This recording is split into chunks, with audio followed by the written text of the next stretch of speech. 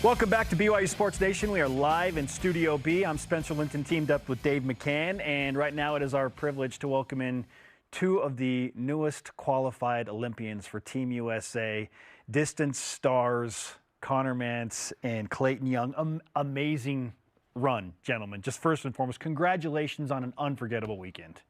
Thanks. Yeah, thank you so much. Okay, both of you kind of, you're probably too modest and too humble here, so let's hype it up a little bit. But what was the feeling like when you both realized, oh my gosh, we're going to cross 1 and 2 as former BYU teammates, and we're going to Paris? Connor, we'll start with you. I think mid-race, I got really excited because I was like, all right, Clayton and I have this. Around 18 miles, I was like, sweet, it's just Clayton, me, and one other guy. We have this. And then I got really nervous. I was like, oh no, nothing's for sure until you cross that finish line. So I just had to work on staying present, making sure I could finish and not have anything dramatic happen. Clayton, same question for you. Yeah, I think it was the same moment. And about 8 miles to go is when Connor Mantz turned around and tried to give me a high five. And at first I didn't know what he was doing. But then I realized that he wanted a high five. And that's when I realized Connor was still Team Clayton and that we were going to do this together. But like Connor said, that's still 8 miles to go. That's a long ways to go. And it really started to sink in about a mile to go for me. If you go watch the broadcast, I was absolutely enjoying every moment of it. Almost maybe a little bit too much. But we got across the finish line, 1-2, and that's all that matters. There's a great picture of you and Coach Icestone draped around the stars and stripes, which symbolizes a whole lot of things, including a lot of miles having run between the starts of your careers to this very moment. So as the three of you are together, what are those emotions going? It was pretty incredible. It was one where there was just so much emotion. A lot of it was a little lower than I probably would have liked, but that just came from the fatigue of running 26.2 miles. But how dare you be tired of that? I'm sorry, I was tired. But it was pretty special, and we had Jared Ward around us too, who was 2016 Olympian in the marathon and been a big mentor to us. So having Jared and Coach Icestone there is kind of like our mentors and our coaches has been pretty special. Was it patriotic moment, or was it a BYU moment, or was it just four runners in a moment? Probably a little bit of both. I definitely was thanking America on live television, for having us, be there. One of my favorite moments actually of the race is probably with about half mile to go. I veered off to the right to try to go grab an American flag because I wanted to run in with an American flag. Because that's what I visualized, that's what I dreamed of. And, famous runner Meb Keflezighi, that's what he had done in previous Olympic trials. And I sadly didn't grab one in time, and we ended up celebrating. But to have the American flag draped over you at the finish line with your teammate, and then, Coach Icestone and Jared Ward, that was very, very special to us. So we've talked to our good friend Jimmer Fredette, who has qualified for the Olympics in 3x3 basketball. Now we know 3 Olympians. Hey, all right. Yes, you have now taken it to officially 3, which is fantastic. That's good company. Yeah, it is. We asked him about, if he's anticipated what the opening ceremonies will be like, and he's like, hey, I don't know if there's rumors of boats and he's like, I just want the gear. I just want the Team USA gear. Every time I watch an Olympics, I'm like, that is awesome. I want that. Now you get it. So for the both of you, have you gone down that path of envisioning what the opening ceremonies will be like? And if so, what have those thoughts been like? Clayton, you first. Yeah, I filled out the Team USA paperwork yesterday, and it's asking for all your sizes, and that's pretty exciting. Oh man, am I a medium or a small? And just figuring that out is pretty cool. As for the opening ceremonies, you're right. I think that the idea is to have a boat tour down the river, and it's going to be hard because the Olympic marathon is the last event. And the opening ceremonies are going to be 10 to 14 days before, maybe more. Yeah. And so we're going to have to maybe figure out how to get out there, but then how to still do quality training and not get too much into the hype of the Olympic Games. But obviously it's a once-in-a-lifetime experience.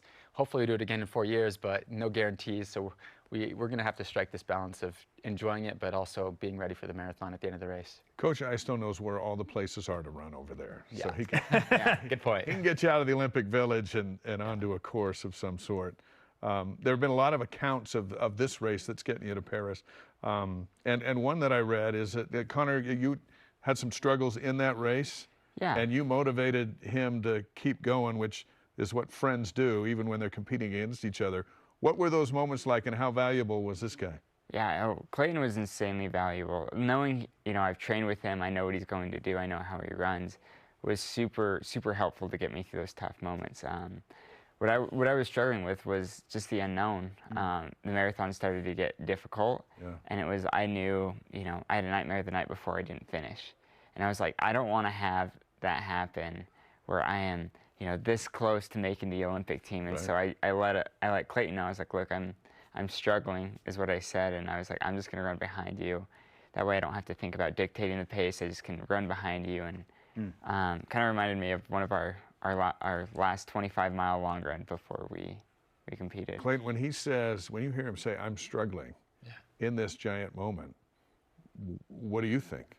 Yeah, I think I was at first like a little shocked, because you never know with Conor Mantz how he's feeling. He wears the pain on his face all the time. Better than everybody, right? Better than everyone. It's like playing poker with him. You never know what's in his hands, right? But as soon as he said that to me, I was 100% on board. And I didn't really care about how we would finish. I just knew that I wanted him with me to Paris. Like, that's our best team forward. And so I did everything I could. In fact, I was yelling stuff at him, and truth be told, he probably didn't hear half of it or any of it. The crowds were so loud. It was so loud.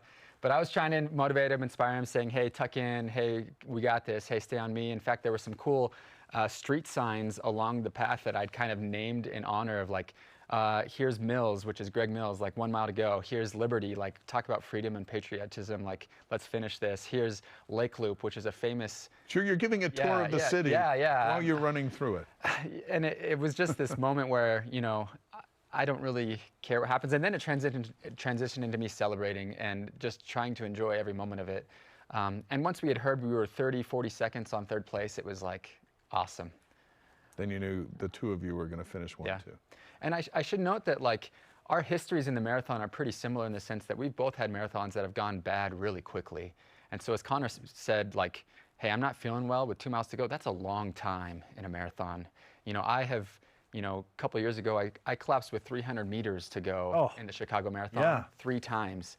And, added minutes to my time, faded from 6th place to 13th place. So, like, a lot can go wrong in a marathon late.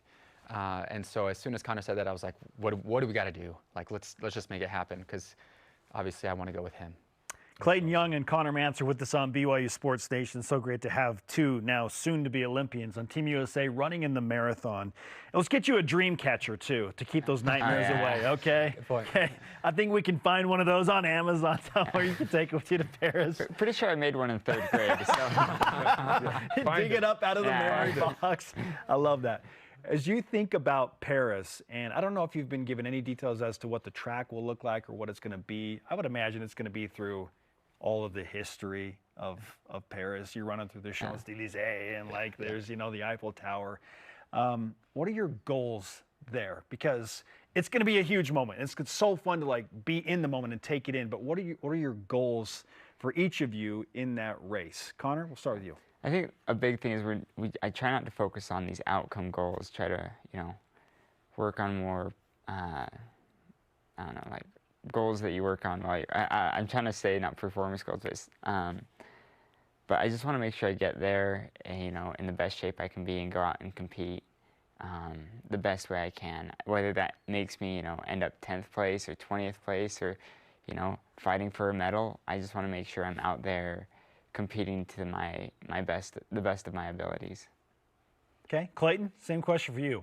Yeah, I think for me, like, when you talk about the Paris course, it's actually going to be very hilly, and it's going to be pretty hot and humid, which is actually pretty good for Conor and I. It really levels the playing field and really allows us to compete on the world stage.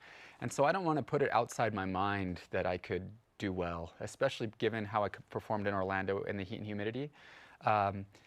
I can't help but think of Jared Ward, who took 6th in the Rio Games. Which was amazing. An incredible performance by him, really exceeded everybody's expectations. And so, deep down, it's like, it'd be cool to beat Jared Ward's 6th place finish. But like Conor said, we're going to focus on the process from here on out and see what happens. I think we have a great opportunity in Paris. We're going to do some recon on the course. We're going to prepare all we can and see what happens. And yeah, maybe deep down in the back of our minds, if it doesn't psych us out, we'll shoot for a medal. Dave, would you encourage them to grow mustaches like Jared Ward? No. No, it just gets you need to stay wind resistant. Right. You don't need any of that. You guys have run for yourselves. You've certainly run for BYU. You know what that's like. Now you get to run for the United States. What emotions come to mind? A lot. My heart just like went, you know, it's pretty special. You know, I love being a part of this country, and I love the blessings that come with it. So it's something that words can't describe. Connor? Yeah, I think about all of the other previous Olympians that I've looked up to throughout the years, the United States Olympians, and just those moments as a child sitting in front of the TV, watching, you know, Michael Phelps or Apollo Antonono, or like these moments in my mind that have been throughout my life, and now I'm that guy, more or less. And now we're watching you. Yeah, we're watching Clayton Young and Connor Mantz. But yeah, it means the world, and you know, I still can't get used to the title Clayton Young Olympian. Like, that's just weird to me, and but we're gonna embrace it, and we're much more than that, but it's pretty neat. Hey, and you know what's great about those titles is after the Olympics, you get to keep them, like forever. That's right. Olympic runner. That also entitles us to interview you as many times as we want after the Olympics. Sounds great. Buckle up, boys. Sounds good. You're coming back to Studio B at some point for sure. Congratulations again. Thanks. Thank you. We know how much, I mean, we like to think we know how much hard work goes into it. Yeah, we see it, we admire it, but only you know what's actually gone into it. You deserve all of this. Appreciate it. Thanks for having us on. Yeah, you got it. BYU's a running school, Dave. We'll see you guys on NBC, I guess, right? We'll see you at the Olympics.